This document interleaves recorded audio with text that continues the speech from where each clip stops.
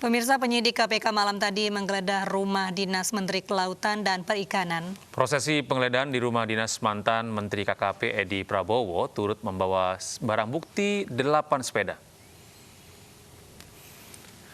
Penyidik KPK Rabu malam menyambangi rumah jabatan Menteri Kelautan dan Perikanan di Kompleks Widya Chandra nomor 26 Kuningan, Jakarta. Mereka menggeledah untuk mencari bukti tambahan terkait kasus suap ekspor benur yang menjerat mantan Menteri Kelautan dan Perikanan. Edi Prabowo penggeledahan dilakukan secara tertutup.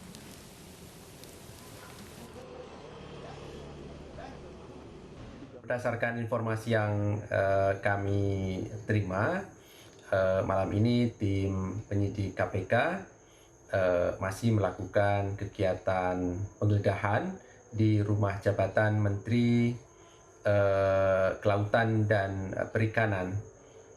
Kegiatan ini tentu dalam rangka mengumpulkan bukti-bukti terkait dengan perkara atas nama tersangka EP dan kawan-kawan. Tentu perkembangan dari kegiatan ini akan kami informasikan lebih lanjut. Sementara itu, pemirsa, Komisi Pemberantasan Korupsi juga menggeledah ruang kerja tersangka Abdul Rozak dan ruang fraksi Golkar di DPRD Jawa Barat. Penggeledahan berlangsung hingga Kamis sore. Penggeledahan ruang kerja fraksi Golkar oleh KPK ini terkait kasus korupsi proyek infrastruktur di Kabupaten Indramayu, Jawa Barat. Dalam penggeledahan, penyidik KPK membawa sejumlah dokumen dari ruang kerja Abdul Rozak Muslim. Dengan pengawalan polisi, tim penyidik KPK langsung meninggalkan DPRD Provinsi Jawa Barat.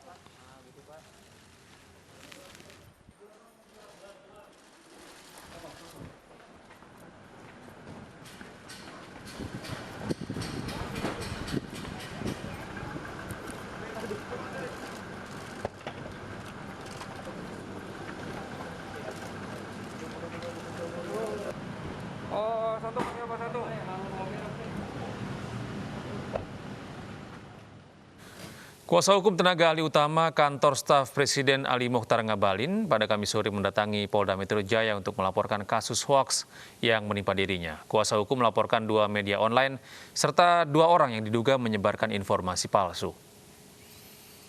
Ali Mokhtar Ngabalin dan tim kuasa hukum tiba di Polda Metro Jaya pada Kamis sore untuk melaporkan 2 media online dan 2 orang berinisial MYH dan BBS yang dinilai menyebarkan hoaks.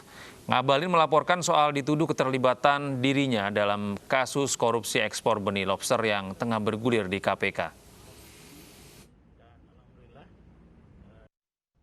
Pihak-pihak yang selama ini memang terus-menerus menyebarkan berita bohong, berita yang penuh dengan fitnah, berita yang semuanya tidak sesuai dengan fakta, sehingga untuk menghormati hak-hak konstitusi, saya harus menggunakan jalan ini. Polisi menangkap Maher Atuwailibi di kediamannya di Bogor, Jawa Barat. Pria bernama asli Sony Eranata itu ditetapkan sebagai tersangka dalam kasus ujaran kebencian.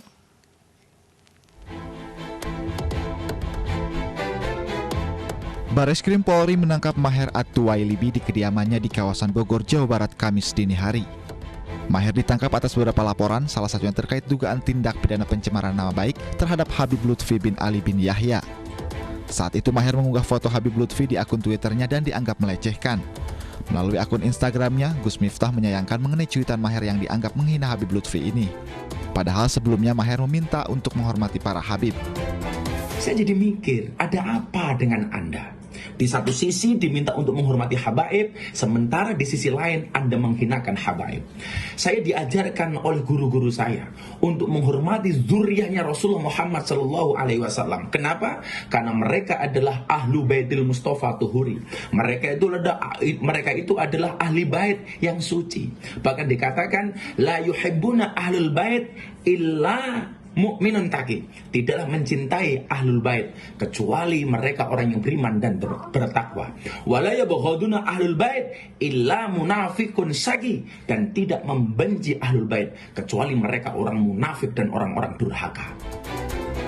Maher kini ditetapkan sebagai tersangka dan dijerat Undang-Undang Informasi dan Transaksi Elektronik atau ITE. Tim Liputan iNews melaporkan. Pemirsa, kasus azan jihad yang viral di media sosial berakhir dengan permintaan maaf yang disampaikan pelaku. Meski pelaku sudah meminta maaf, polisi masih akan menyelidiki kasus ini. Surat pernyataan ini kami ketujuh orang tersebut di atas minta maaf kepada semua pihak atas video kami yang sempat viral sebelumnya pada masyarakat Desa Sadasari, pemerintahan desa, dan kepada umat Islam pada umumnya. Mungkin video kami yang sebelumnya sudah berbau sara dan membawa nama agama, tapi kami tidak ada tendensi apapun ketika membuat video itu. 7 warga Majalengka, Jawa Barat asal Desa Sadasari, Kecamatan Argapura yang mengubah lafal azan meminta maaf. Mereka menandatangani surat di atas materai dengan disaksikan kepala desa dan sejumlah saksi lainnya. Setelah membacakan permintaan maaf dan berjanji tidak akan mengulangi perbuatannya, mereka dikembalikan ke keluarga masing-masing pada Rabu sore. Setelah diperbolehkan pulang, 7 warga yang berprofesi sebagai petani dan pelajar ini disambut oleh keluarga dan kerabat yang telah menunggu sejak pagi. Majelis Ulama Indonesia dan Kementerian Agama Majalengka memberikan teguran keras kepada 7 warga yang mengubah lafal azan ini. Meski sudah meminta maaf, polisi tetap menyelidiki kasus ini.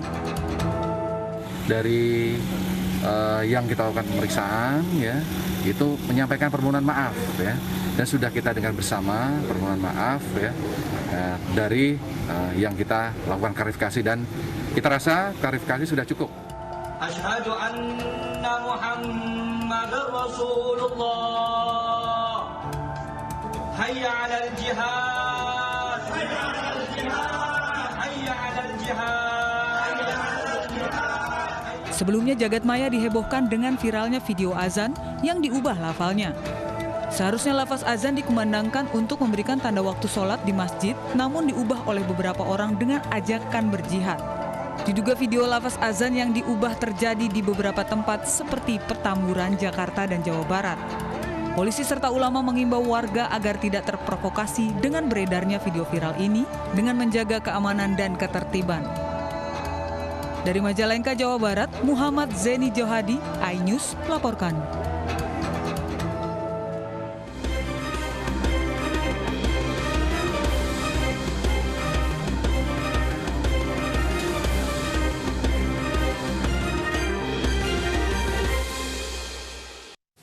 Kepergok bagikan sarung dengan label salah satu paslon, pelaku nyaris jadi amukan massa. Ya, pelaku merupakan relawan salah satu paslon di Pilkada Pasangkayu, Sulawesi Barat.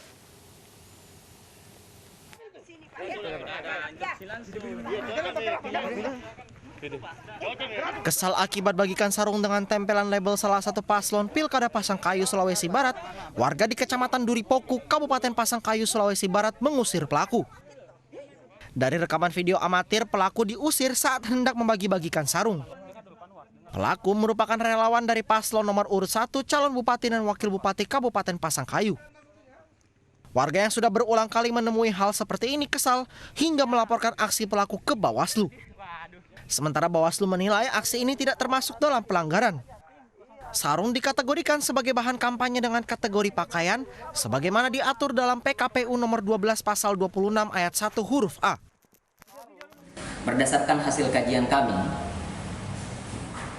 terhadap peristiwa pembagian sarung ini, dapat kami sampaikan bahwa peristiwa ini tidak ditemukan adanya dugaan pelanggaran pemilihan terhadap laporan 019.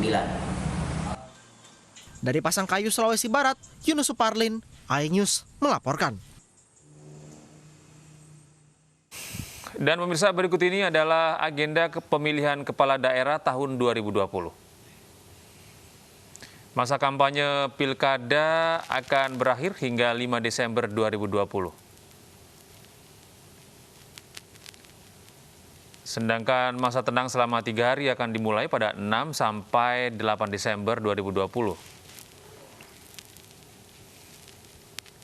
Hari pencoblosan pada 9 Desember 2020. Dan rekapitulasi suara akan dimulai dari 9 hingga 26 Desember 2020.